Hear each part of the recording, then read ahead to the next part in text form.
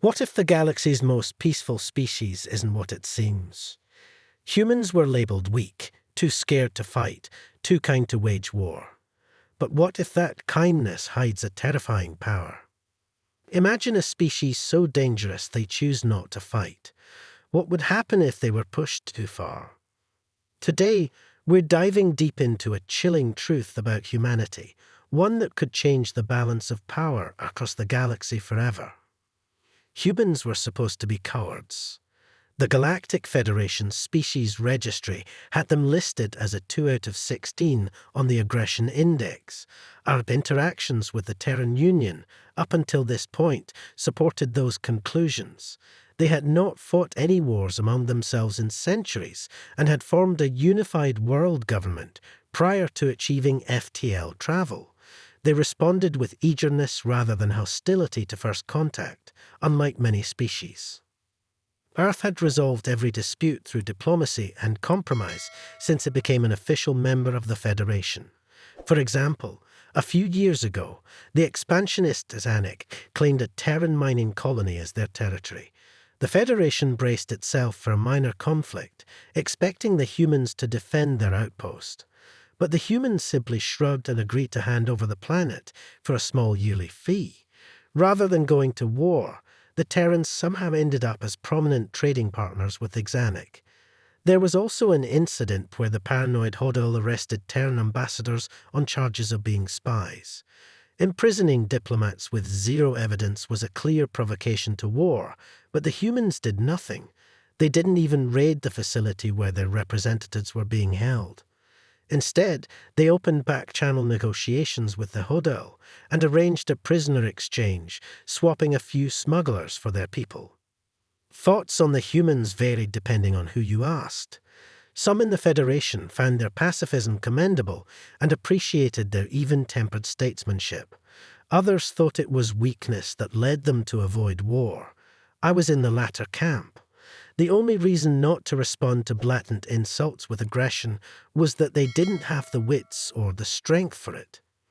When the Devourers came, the 3 most militaristic species in the galaxy, as per the aggression index, banded together to stand against their approach.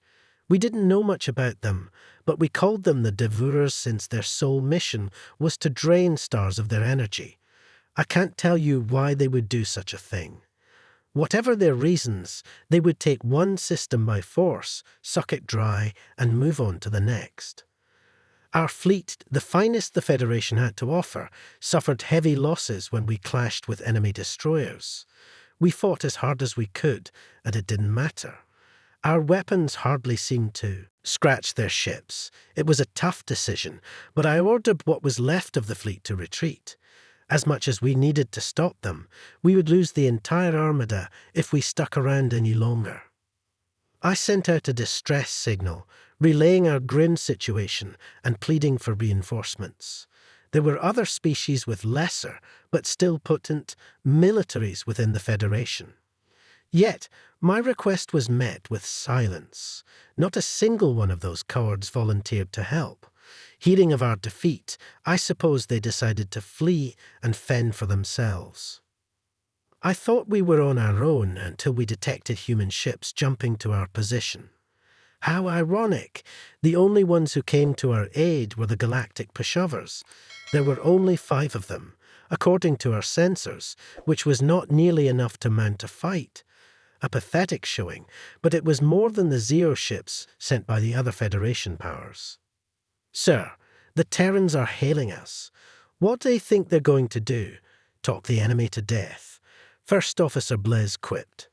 I heard a few snickers from my crew, but quickly shushed them. We need all the help we can get. On screen. A dark-haired human blinked onto the view screen.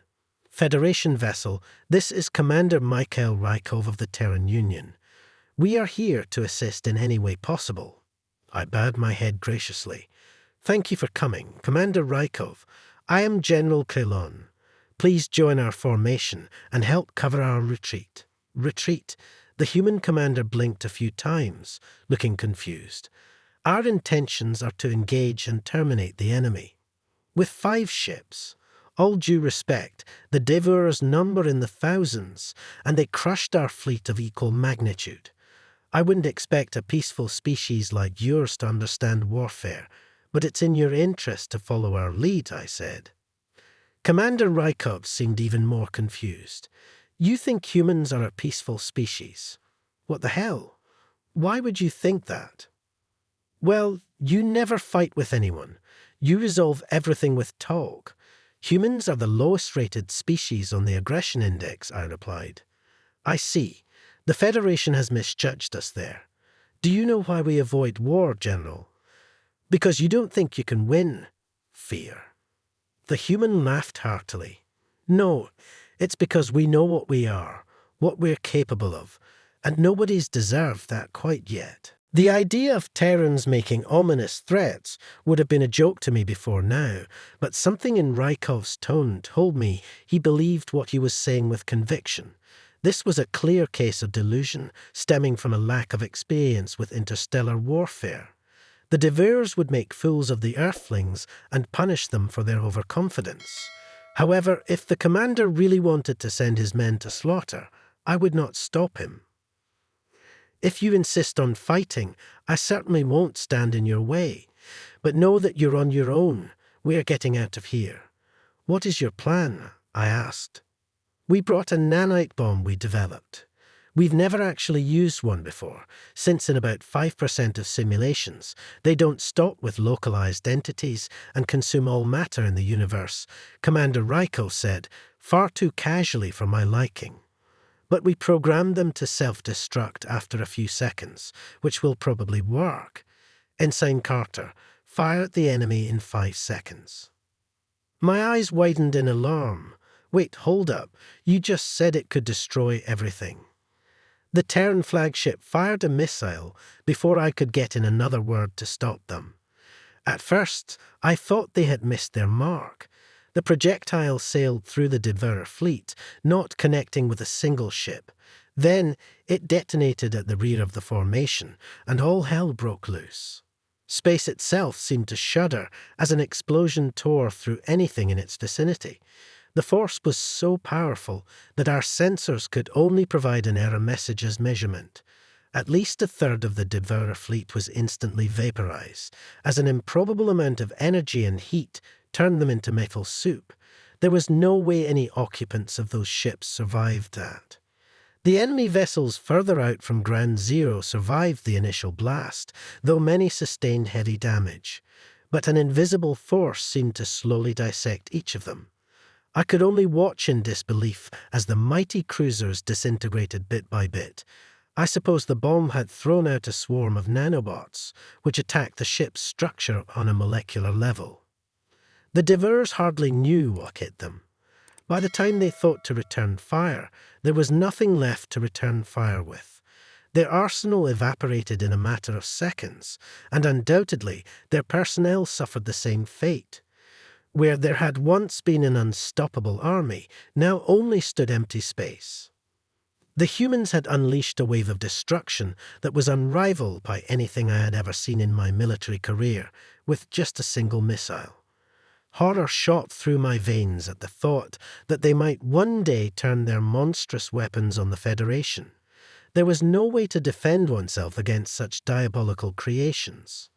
The aggression index needed an update. A species capable of inventing weapons like that was no two.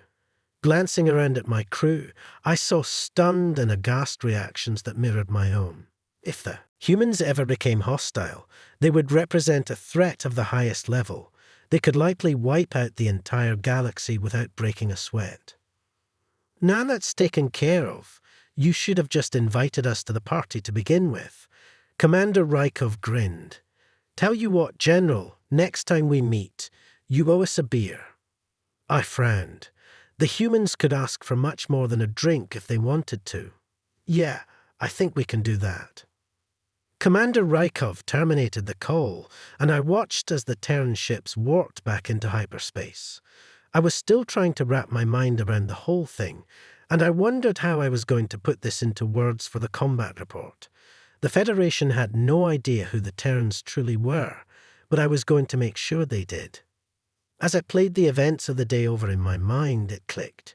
I finally understood why such a powerful species would not show its hand. The humans avoid war because it would be too easy for them to win. So, what do you think now?